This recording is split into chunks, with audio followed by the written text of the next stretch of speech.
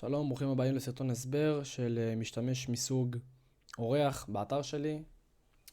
דבר ראשון, לכל משתמש אורח יש 3 פונקציות. הוא יכול לראות את כפתור הבית, כפתור ההתחברות שזה דף ההתחברות ועמוד ההרשמה.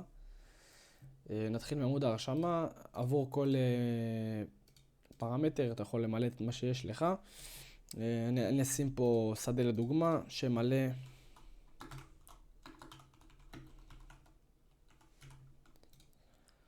username, סיסמה, אימייל,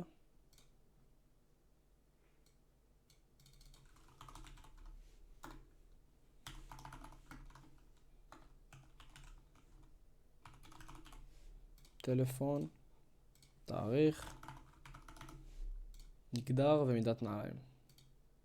אחרי לחיצה על כפתור אישור אני עובר לכפתור הלוגין ופה אני ממלא את הפרטים. במקביל למילוי הפרטים אני מקבל הודעה מהאתר על תודה רבה שהצטרפת לאתר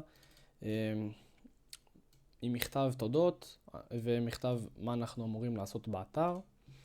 בנוסף על כך אני ממלא את הפרטים שעשיתי בהרשמה, לוחץ על כפתור האישור ואני מחובר לתוך האתר כמשתמש מחובר.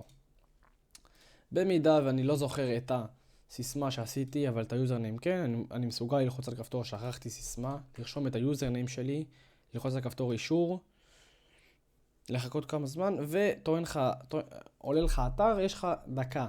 הדקה הזאת זה קוד חד פעמי שנשלח לך אל האימייל שאתה יכול לעשות איפוס סיסמה. הולך לאימייל חזרה, מסתכל, רואה הודעה חדשה עם הפספורט קוד, מעתיק את הסיסמה החדשה החד פעמית הזאת, רושם סיסמה חדשה, לא חד פעמית, שאני אזכור, עושה אישור, ומתי שאני עובר לדף הזה, זה אומר שהתהליך עובר בהצלחה והושלם. אני רושם את הסיסמה עם השינוי, וזהו, אני מחובר. זה היה דף ההתחברות וההרשמה למשתמש אורח. תודה רבה.